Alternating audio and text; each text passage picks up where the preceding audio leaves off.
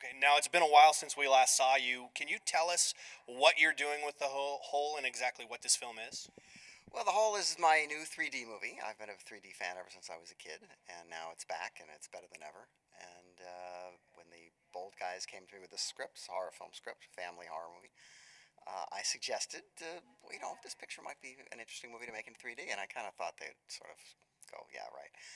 But they gave it some thought, and they decided, yeah, this would be a good idea to make this picture in 3D. And so it's a little unusual. It's not a giant gore fest. It's not a huge giant roller coaster ride, but it is scary, and it's a picture that's suitable for the whole family, and not gonna give the kids over 10 nightmares. I don't know, under 10. I don't know, but Now, how would you say it fits into your overall filmography? I mean, is it something that kind of is a throwback to some of your older work, or is it a new step forward? well, you always like to think it's a new step forward, and it usually ends up being kind of like something you did before. But this is kind of an '80s picture. This is the kind of movie that was very popular in the '80s. The movie we all want to see then. Well, I mean, the '80s are sort of people are nostalgic for them, and it's a character-driven picture. It's got a good cast of teenagers, and it's not a Final Destination kind of movie. It's a little more subtle than that, and I think that I can guarantee you that whatever you think is down inside the hole, you probably can't guess it. It's probably not what you're thinking, and it's a kind of an offbeat horror picture. So there's like a surprise in the hole. I wasn't even thinking of a surprise being in the hole. Well, these kids move into a new house. They discover a locked door in the basement. They obviously want to open it up, and they do. And there are strange things emanating from the hole. And toward the end of the picture, we actually go down into the hole and see what's there. Well, one of the things we were talking about the '80s movies. One of the fun things with your movies in the '80s and a lot of the other guys' movies in the '80s, we didn't see too much in the trailer. They never revealed the creatures or whatever was in them. How are you going to work towards that with the advertising on this? I mean, are you going to give people a lot of it, or are you not going to? See, all we got is the hole. This is it right We're here. selling the hole, and what's in it, you got to pay the money to see. Okay, so they see Joe Dante on there, and then they see the hole, and they're going to go. Obviously. We hope they're going to go. We But, hope. we think that if they do go, they're going to have a good time. Now, can you tell me about some of the cast members that are in this and some of the new guys? And do you have any throwbacks to some of the guys that have always been in your films?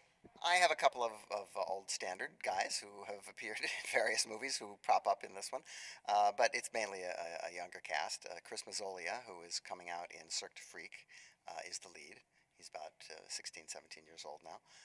Haley Bennett is the girl next door, and when I was a kid, I always wished I had a girl next door who looked like Haley Bennett, but I never did.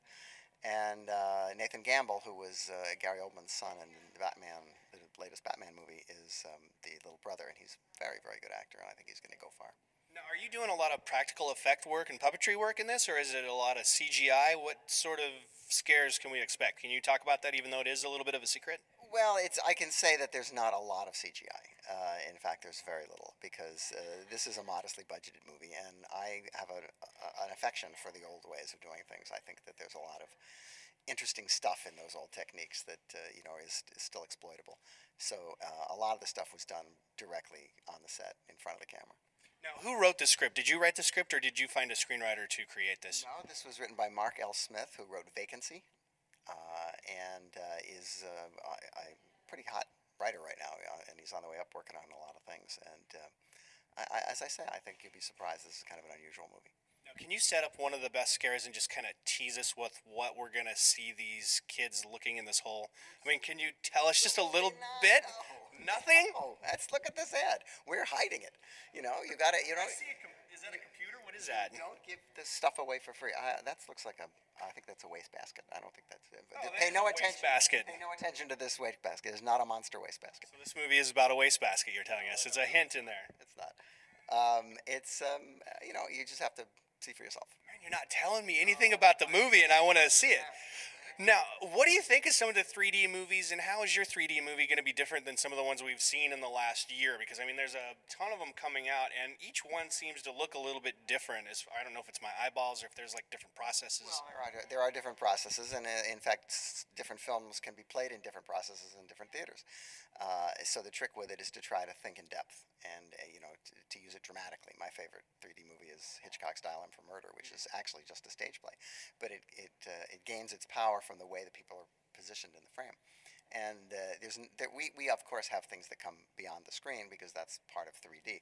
But it's more immersive. It's more like you feel like you're in the room with the characters. You feel like you're in the situation with the characters a little more in 3D. And as you see, a lot of top directors are now making pictures in 3D, which wasn't really the case in the early days. Because of bad presentation, 3D sort of disappeared, just as the real artists were starting to work with it.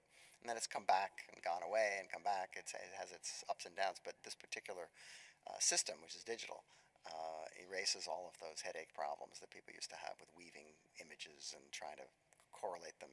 It's, as you know from seeing current 3D movies, it really is quite good. Now, was there something from your childhood that you'd always wished to see in a 3D film like this that you brought into this, or is that again something you can't really talk about?